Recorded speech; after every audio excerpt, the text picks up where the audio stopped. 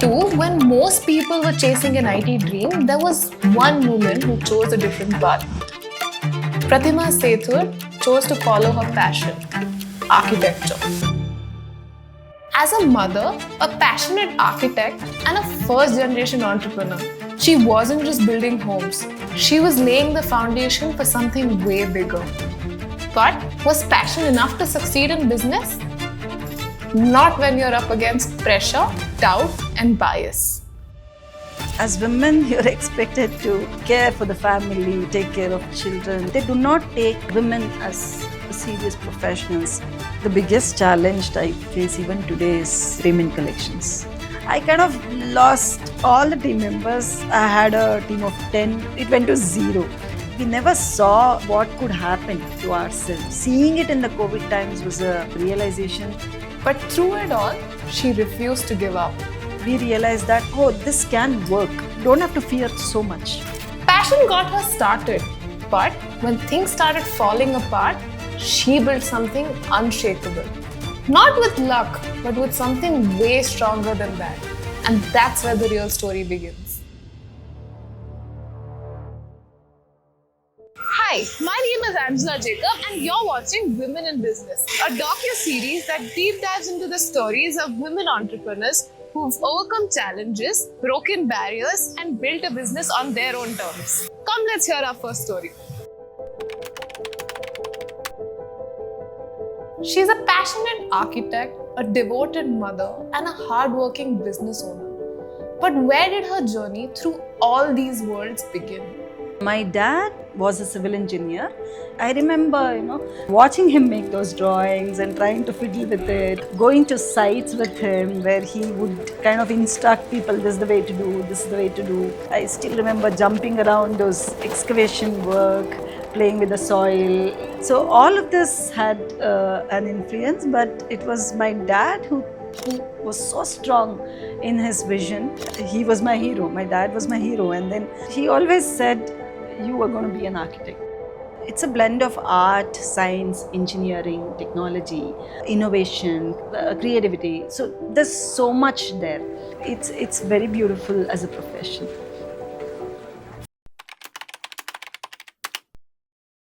For over 23 years, she's been building her dream, navigating through the highs and lows of entrepreneurship.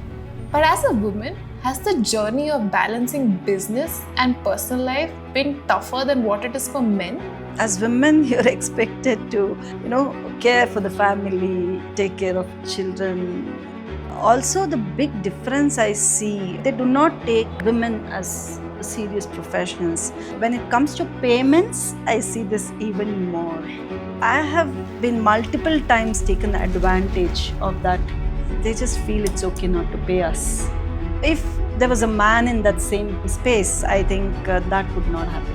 What is my dream is create more women in the contracting space and kind of make that equal pay in that space.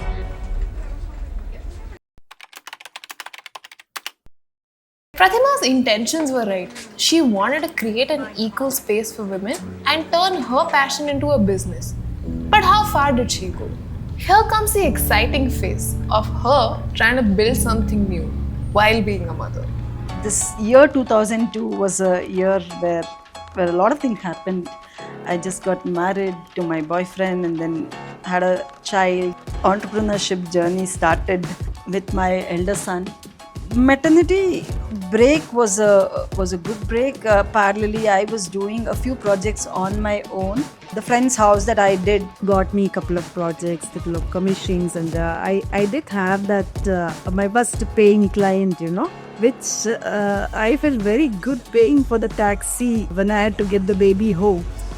Since I really like being very busy in the office and I liked what we were doing, got on to make a small office, created the space where clients could come in, added 1 or 2 juniors who would work and assist me as I take some time off being the mother. I still remember as I was less than 3 or 4 months of having the first baby, I had this young engineer who I had enrolled, and he's also coming, he's also spending time with the baby. He's also being part of that home atmosphere to just spend some time with me to get directions, go back to site and get that work done. Few of my initial clients I remember were very good set of clients, very encouraging, because also they saw what we were doing was so good.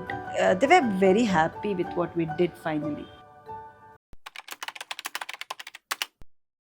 Everything seemed fine outside, but inside she was still going through a lot of challenges. You stepped up, you changed from an architect to a businesswoman, you started working on the business aspects of it. But what were the difficulties that you faced? Because it's not something that you knew how to build a business, right? So what were the challenges that you faced when you stepped from one world to another world? The biggest challenge I've ever faced is payment collections. We never know the right time where we have to raise a bill. And my weakness was to retain people, that always letting them go, saying, okay, maybe something else is more important for you, it's okay, go ahead, of sorts. Earlier you were an independent architect, you were doing the creative part of it also, dealing with the clients also, but then now you had to let go. Yeah. You had to delegate. Did you have that fear in your head that, okay, will they be able to do it as much like I do? Will it still happen? When you're an individual, it's more of trust, right? When you're talking to client, you've built a relationship, it is very different. Now, you're not there to do that, but your team members are there. Are they taken so seriously because of the age that they come from?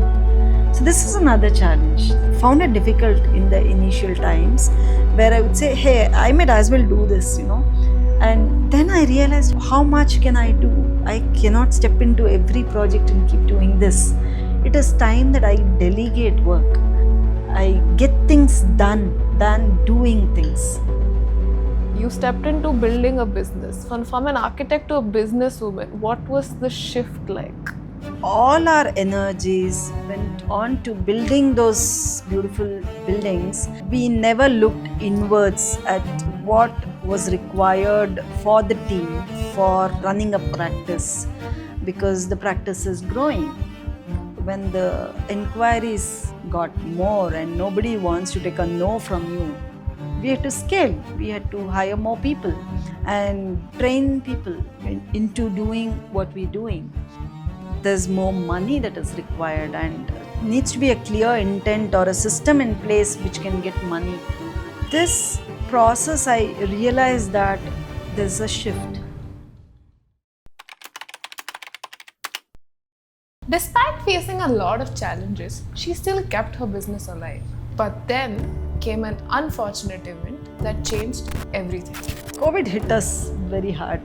Most of these youngsters were coming from other cities, and they were staying in the PGs and working in the office, right? And as soon as COVID happened, my first reaction was, hey, just go back. Everybody is stopping whatever they're doing. It's very important for you to be with family, because they will be anxious. You don't know what will happen. Just go back home. They all went back home, and it was 2 months, 3 months, 4 months, kind of a long period. And what really happened was they started doing small things in their hometown, and I was paying them salaries, but they felt that they were not really doing work actively, because architecture is very difficult to do online. Somebody remote cannot be part of your team. I kind of lost all the team members. I had a team of 10 architects then also, but it went to 0. Even when she lost everything, she never gave up. There was still one ray of hope. We had hired a very smart girl as an intern just before the COVID, and she was 2 months old into the office. It was her and me who kind of raised up to the occasion. We visited every site, and we were there at every place wearing masks and getting work done. And we were doing some very good homes in those days, and few of our works were picked up and got popular on the internet like crazy. Believe me, we didn't know how to respond to the inquiry calls that come on our phones. We realized that, oh, this can work. Don't have to fear so much. And then started taking freshers. replaced that number of old people with the fresh team. And then I started seeing results. Her determination, even during the downfall, gave her the opportunity to reflect and realize all the challenges one by one. How do I address this problem of not raising bills? It cannot be a forever problem, right? So what I started doing was, hey, did we collect payment for this work that is done? I started asking the junior who was there, and they take responsibility very seriously, right? So they started tracking whether they're making payments when we raise bills, because we want to believe that we have good clients, and when we raise bills we get paid. So we started making note of it, and then saw that collecting bill is possible. Got a lot of confidence when our collections improved. All the time there was a reason, that was we doing creative works and systems and processes cannot be done. But I realized this, there can be a framework, because there are a lot of repetitive things you do across projects. What you do for each project is the creative part of it, but the way we do is the same, and there we need to put in a process and put in a system. I figured out that there can be this, and applied and saw the beauty in the results. It just came together, the results started showing that systems and processes do work. You know, I was able to relieve a team member, take off, still somebody else take up that responsibility and do. All this magic started happening in the background. So that's when I felt that, yes, there's so much of, science behind this. And around that time, whoever joined the office, they just picked up so much more.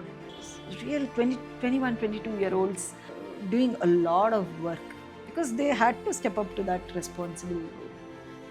Now it's new, fresh team, and I'm thinking of retaining people. Retaining people is so important. A practice, a firm, a business cannot happen with one person. It needs people in that different roles. It needs people in that different positions for everything to come together. This is so important. It was a very late realization, because we never saw what could happen to ourselves. So seeing it in the COVID times was a realization. Now I have the courage to say, let's do this together. You want growth, you want to win, and I will support it. We'll ensure that we'll get projects that can make you stick around. So it's so important to have these people stick around.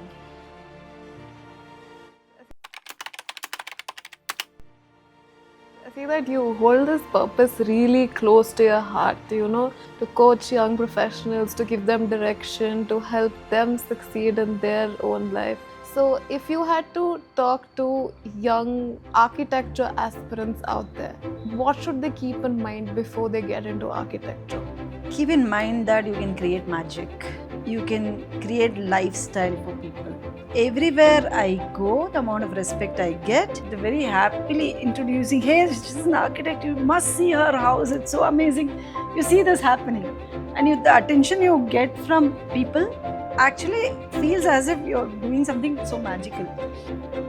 It takes time, but believe in the process and stay put. You will never know. It's like that bamboo which has just stayed below ground, and one day it shoots up to show its glory.